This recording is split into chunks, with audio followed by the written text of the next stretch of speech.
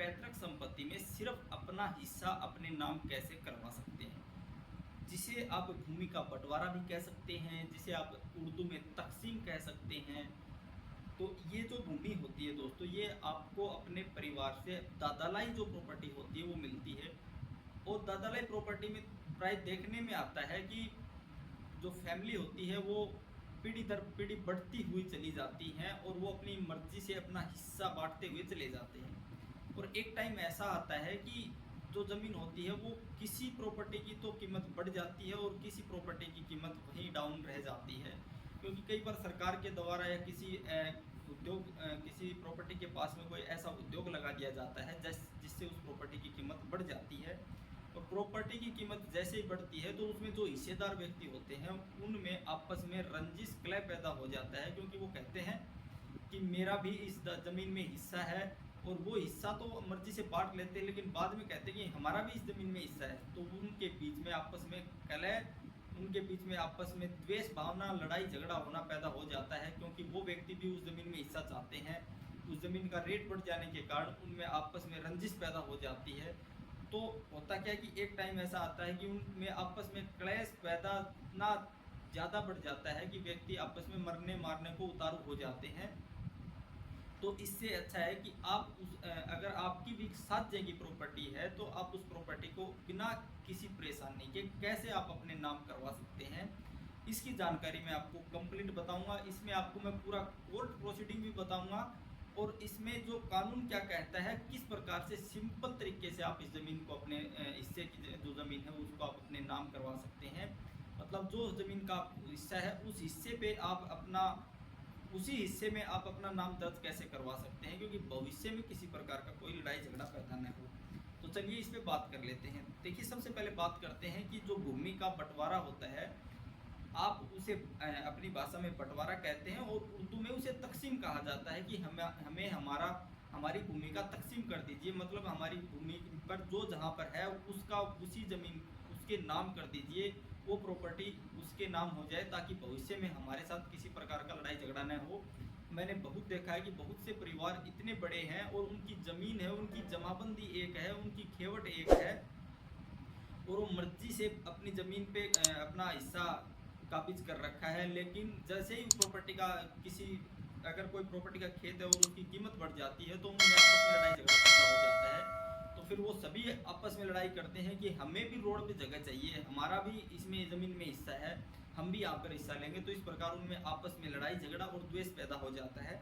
इससे बचने का सीधा समाधान मैं आपको बता देता हूँ कि किस प्रकार से आप अपनी ज़मीन की तकसीम करवा सकते हैं और जहाँ पर आप बैठे हुए हैं उसी पर आप अपना हिस्सा कैसे नाम करवा सकते हैं। ये पैतृक संपत्ति होती है। तो चलिए बता देता हूँ कि भूमि का बंटवारा जिसे आप कह सकते हैं या फिर उसे तकसीम कह सकते हैं। ठीक है, तकसीम के लिए, बंटवारा के लिए आपको आवेदन देना होता है और उसके बाद में वो प्रॉपर्टी है वो जो जहाँ पर होता है उसकी वहाँ पर हिस्सा दे दिया जाता है और उस ज़मीन का मालिक बन जाता है। तो आपसी रजामंदी से अगर आप करवाते हैं तो इसमें आपको सबसे बड़ा बेनिफिट ये होता है कि इसमें आपको किसी वकील, किसी व्यक्ति या किसी दलाल की फीस देनी नहीं होगी। जिस प्रकार मैं आपको बताऊंगा उस तरीके से आप अगर आप अपनी ज़मीन का, अपने हिस्से का बंटवारा करते हैं तो आप आराम से एक व्यक्ति भी एक एप्लीकेशन दे के सारी ज़मीन का उसका बंटवारा करवा सकता है, अगर सभी व्यक्ति जो उस ज़मीन पे काबिज हैं उनकी रजामंदी है। तो सबसे पहले भूमि का बंटवारा इसे आप तकसीम भी कह सकते हैं। आपसी रजामंदी द्वारा तकसीम करना बहुत अच्छा होता है। मैं आपको आज बता देता हूं कि आपसी रजामंदी से कैसे इस भूमि का बंटवारा कर सकते हैं।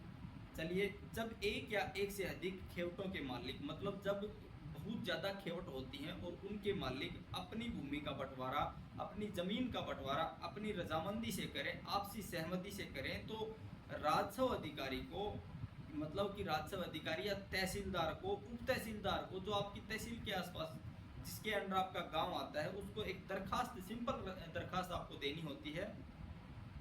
उसमें लिखना होता है कि मैं बता दूंगा, उसका फॉर्मेट डाल दूंगा कि आपकी जो हमारी ये ज़मीन है इसमें इतने मालिक काबिज हैं, इसकी ये जमाबंदी है और हम अपनी आपसी सहमति से इसमें अपना हिस्से का बंटवारा करना चाहते हैं, तो कृपया हमारा हिस्से का बंटवारा करके इस खेवट को अलग अलग कर दीजिए ताकि हमारा भविष्य में कोई लड़ाई झगड़ा न हो क्योंकि आए दिन इस ज़मीन को लेकर हमें आपस में रंजिश और लड़ाई झगड़ा होता रहता है। तो इसलिए आपसे रिक्वेस्ट है, प्रार्थना है, तहसीलदार को एप्लीकेशन देनी होती है कि हमारी ज़मीन का बंटवारा कर दीजिए, उसकी तकसीम कर दीजिए, ताकि भविष्य में हमारे साथ किसी प्रकार का कोई लड़ाई झगड़ा न हो। ठीक है, तहसीलदार को एक एप्लीकेशन देंगे। एक व्यक्ति भी एप्लीकेशन दे सकता है, या आप चाहें तो सभी व्यक्ति जो उसके खेवट में हैं उनसे एप्लीकेशन दिलवा सकते हैं। दरखास्त में लिखेंगे कि मौके पर बंटवारा के मुताबिक तब्दीली कब्जा कर लिया है, मतलब जो ज़मीन है वो मौके पर हमने उस पर कब्जा कर लिया है, यानी कब्जा बदल लिया है। सभी पार्टियों को सुनकर तहसीलदार को बयान अल्फिया देंगे कि उन्होंने इसमें दिए गए ढंग से आपसी बंटवारा कर लिया है। मतलब तहसीलदार को आपने एप्लीकेशन देनी है कि हमने अपनी आपसी सहमति से बंटवारा कर लिया है। दरखास्त में यह भी लिखेंगे कि मौका पर उन्होंने बंटवारे के मुताबिक तब्दीली कब्जा कर लिया है।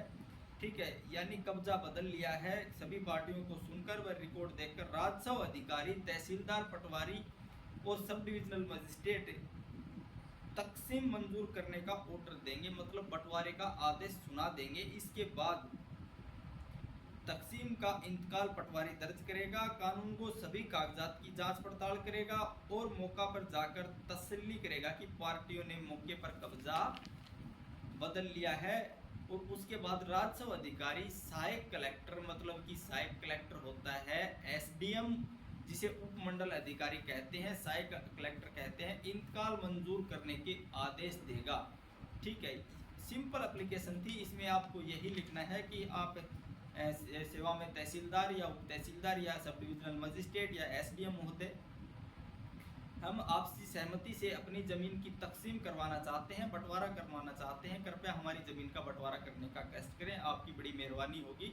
और उसमें आप बता देंगे कि हमने आपसी सहमति से अपनी ज़मीन पर कब्जा कर रखा है, हमारा इसमें कोई लड़ाई झगड़ा नहीं है। आप हमारी इस ज़मीन को अपने हिस्से, प्रत्येक व्यक्ति जो भी व्यक्ति है उसको उसके हिस्से के अनुसार उसकी तकसीम कर दीजिए, उसकी सनद तकसीम जारी कर दीजिए, ताकि हमारे साथ किसी प्रकार का लड़ाई झगड़ा न हो। इस प्रकार सिंपल तरीके से आप इस एक आवेदन देकर आप अपनी ज़मीन का बंटवारा कर सकते हैं। जो इसमें बंटवारा करवाते टाइम जो डॉक्यूमेंट्स आपको देने होंगे मैं बता देता हूँ। सबसे पहले आप जिस भी ज़मीन की तकसीम करवाना चाहते हैं, बंटवारा करवाना चाहते हैं, उसकी जमाबंदी लगेगी। जमाबंदी जिसे आप फ़र्द कहते हैं, ये फ़र्द आप अपनी तहसील से प्राप्त कर सकते हैं।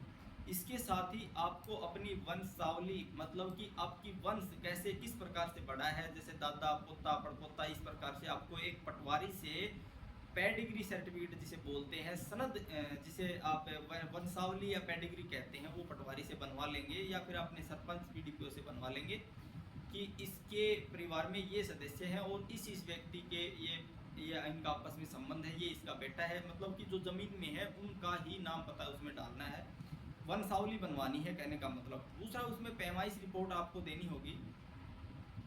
इसके साथ ही एक आवेदक पत्र जो मैंने आपको बता दिया कि सिंपल तरीके से हम अपनी ज़मीन का बंटवारा करना चाहते हैं, हमारा इसमें किसी प्रकार का कोई लड़ाई झगड़ा नहीं है, तो इसमें हमारी ज़मीन का बंटवारा कर दीजिए। और इसमें आप एक एक अपना शपथ पत्र, एफिडेविट देंगे, और जो भी सरकारी फीस होगी थोड़ी बहुत वो आपको जमा करवानी होगी। इस प्रकार आप अपनी तहसील में या फिर राजस्व अधिकारी के पास या फिर एसडीएम कार्यालय में एक एप्लीकेशन देकर जमाबंदी, फ़र्द, वंशावली मतलब आपकी पेडिग्री और आपकी पैमाइश रिपोर्ट और आवेदक मतलब एक सिंपल एप्लीकेशन और एक एफिडेविट देकर आप अपनी ज़मीन की तकसीम करवा सकते हैं, बंटवारा करवा सकते हैं।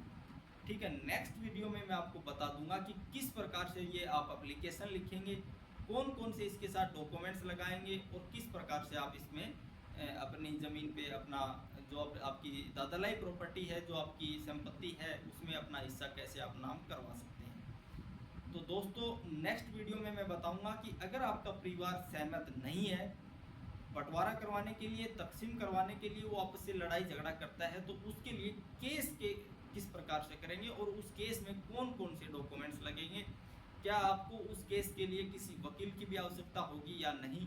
तो आप चैनल को सब्सक्राइब कर लीजिए।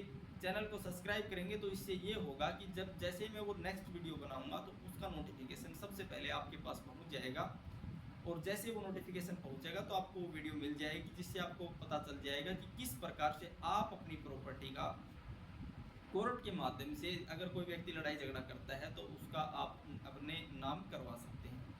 दोस्तों ज़मीन से संबंधित किसी भी प्रकार की कोई दिक्कत परेशानी है तो आप प्लीज़ मुझे कमेंट कीजिए।